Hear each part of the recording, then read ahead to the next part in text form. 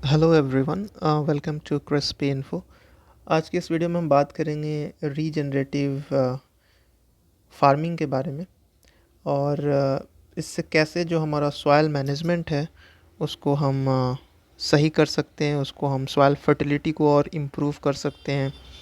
जो water management है उसको भी हम अच्छे तरीके से कर सकते हैं और जो भी सिंथेटिक फर्टिलाइज़र है उसका यूज़ कम करके हम रीजनरेटिव फार्मिंग मेथड से जो हमारे जो एग्रीकल्चरल प्रैक्टिसेस हैं, हमारे जो crops nutritional and yielding capacity है उसको हम इंक्रीज़ कर सकते हैं।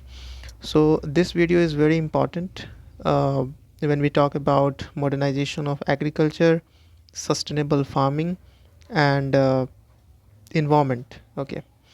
सो एक सबसे पहले क्वेश्चन जो है वो बेसिकली आ सकता है कि how regenerative farming can safeguard our soil. So इसी कंटेक्स्ट में इस वीडियो को हम स्टार्ट करते हैं। सबसे पहले उसका कंटेक्स्ट के बारे में समझेंगे, बहुत सारे जो चैलेंजेस हैं रीजनरेटिव फार्मिंग से उसके बारे में हम देखेंगे और इसका क्या क्या उपाय हो सकता है, क्या क्या स्टेप्स जो हैं वो इस चैलेंजेस को एड्रेस कर सकता है, इसके बारे में देखेंगे। और एक वे फॉरवर्ड क्या जो रेडिकल ट्रांसफॉर्मेशन एग्रीकल्चर में वो किस तरह से हम कर सकते हैं और फिर बाद में एक कंक्लूज़न तक हम पहुंचेंगे। So let's start the video. सबसे पहले context. As we all know that India's population is staggering at 145 crore and बहुत सारे हमने जो हैं फूड या न्यूट्रिशनल सेफ्टी या सिक्योरिटी में हमने काफ़ी ज़्यादा अचीवमेंट किया है। बट ये अचीवमेंट अभी भी कम है क्योंकि जो करंट एग्रीकल्चरल सिस्टम है वो maybe it cannot meet the goal, क्योंकि जो हमारा जो सिस्टम है, जो एग्रीकल्चरल प्रैक्टिसेस है वो हमारे पॉपुलेशन जो कि बढ़ता हुआ एक आबादी है उसके लिए उतना काफ़ी ना हो।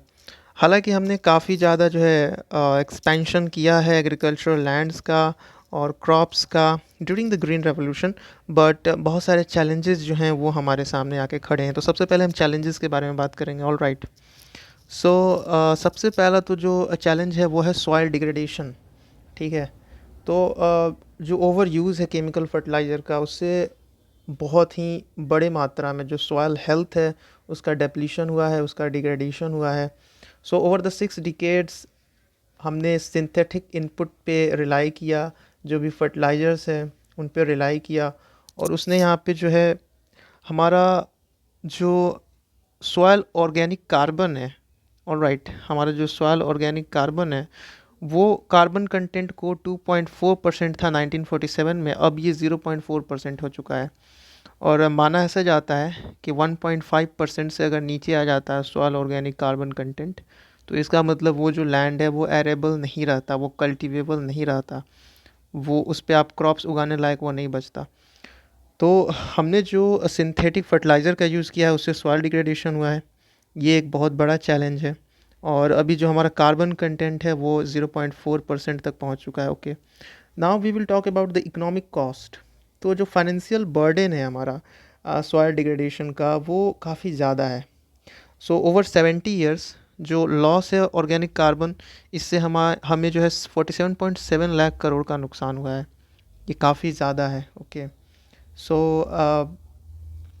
इसका अगर हम एनुअल लॉस करें तो लगभग 68,243 करोड़ का जो है हमारा एनुअल लॉस हुआ है, and that is too much, right.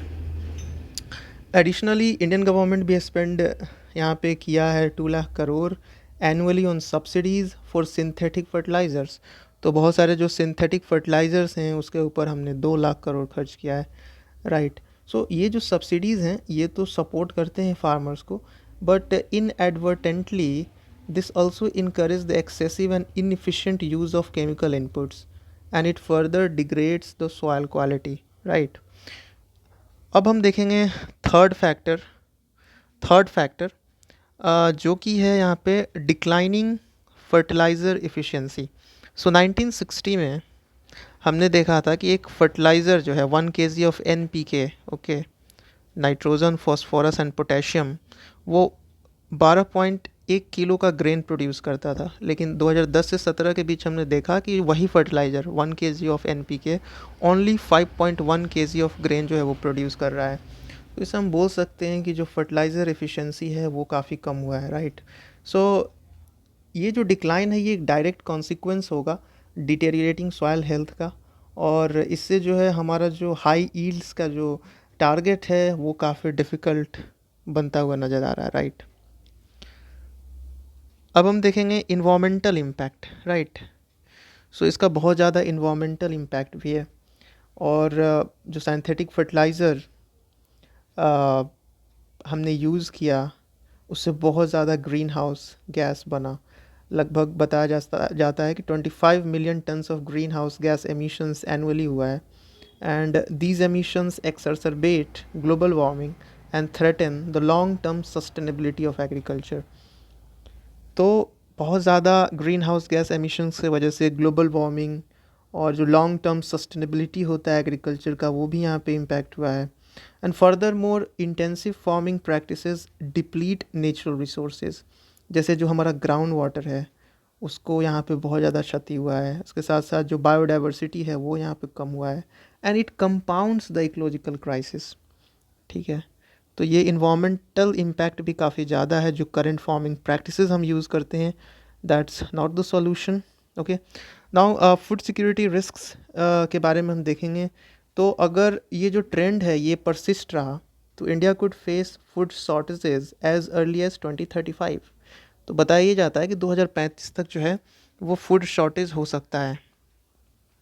और इसका जो ये जो रिस्क है it is driven by a combination of factor, जैसे पॉपुलेशन हमारा जो है वो इंक्रीज़ हो रहा है, जो फूड डिमांड है वो बढ़ते जा रहा है, और लेकिन जो सॉइल प्रोडक्टिविटी है वो यहाँ पे कम होते जा रहा है।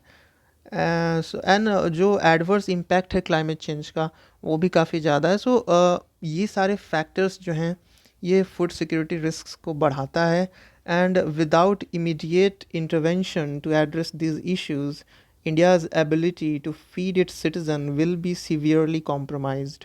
अगर हम इसको एड्रेस नहीं करेंगे तो जाहिर सी बात है कि जो हमारा जो फूड सिक्योरिटी है वो यहाँ पे कॉम्प्रोमाइज़ होगा। Now the fifth point is like social and health cost.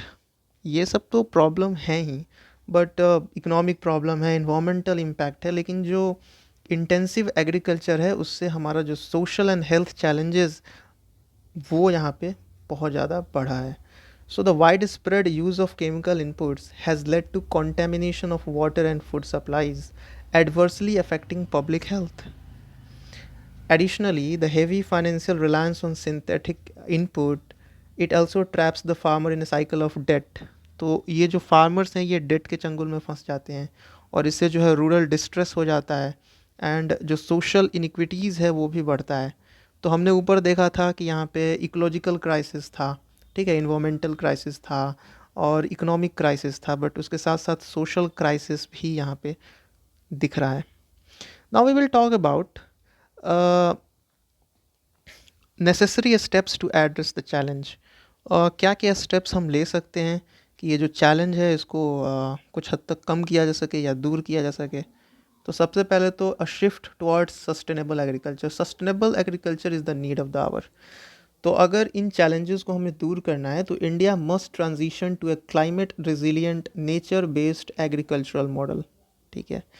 हमें जो है एक क्लाइमेट रिजिलियंट और नेचर बेस्ड एग्रीकल्चर मॉडल के ऊपर जो है शिफ्ट करना होगा, और जिसमें रीजनरेटिव फार्मिंग जिसके बारे में हम आज बात कर रहे हैं वो एक अहम रोल प्ले कर सकता है। सो द रीजनरेटिव फार्मिंग का जो कॉन्सेप्ट है it is rooted in the principles of agro ecology. Now what is agro ecology? So agro ecology is the land management along with हम क्या करते हैं, trees, crops, rearing of animals एक साथ करते हैं, ठीक है।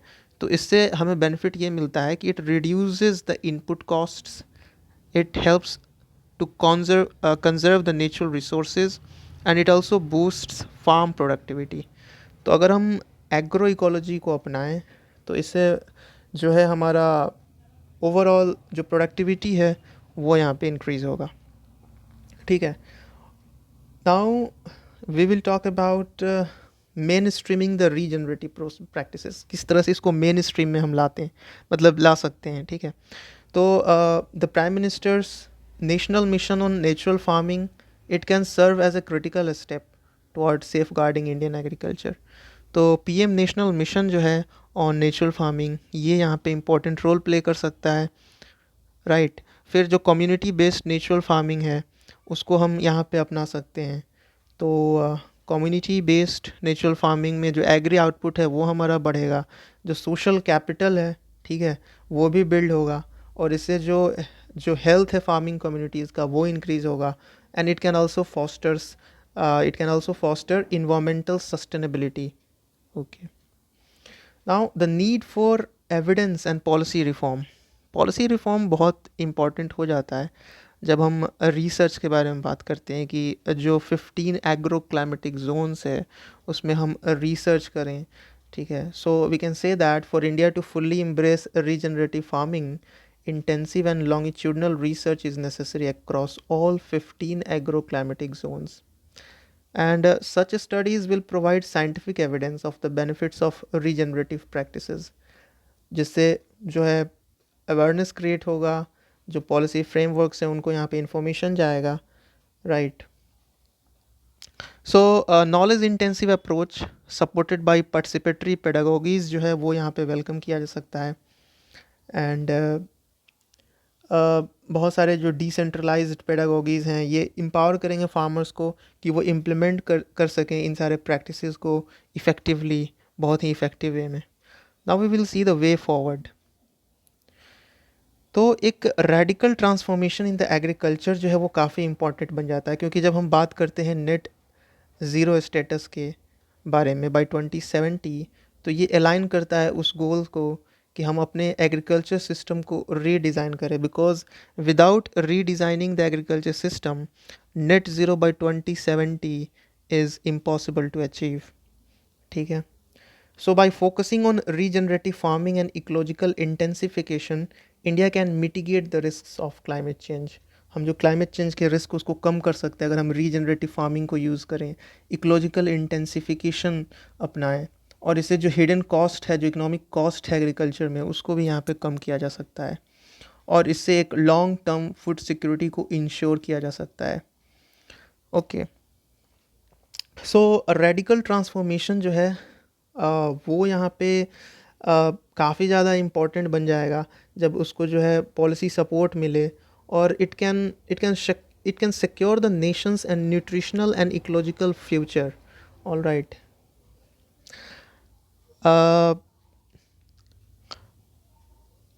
जो हमारा रीजनरेटिव फार्मिंग है वो यहाँ पे इम्पोर्टेंट रोल प्ले करेगा तभी जब हम एक साइंटिफिक फ्रेमवर्क को बिल्ड करें और इसको इम्प्लीमेंट करें उसी हिसाब से। Now we will see the conclusion. So India stands at the crossroad in its agri journey and the current model of intensive agriculture is unsustainable. जो अभी हम इंटेंसिव एग्रीकल्चर अपना रहे हैं, जो करेंट मॉडल है वो फ्लॉ है, उसमें काफ़ी ज़्यादा प्रॉब्लम है, वो अनसस्टेनेबल है, और इससे जो है सिग्निफिकेंट रिस्क्स जो है हमें देखने को मिल रहा है। तो एक रेडिकल शिफ्ट जो है वो यहाँ पे इम्पॉर्टेंट है, और वो रेडिकल शिफ्ट कहाँ होना चाहिए, तो वो रीजनरेटिव एंड इकोलॉजिकल फार्मिंग में होना चाहिए, and this is the need of the our.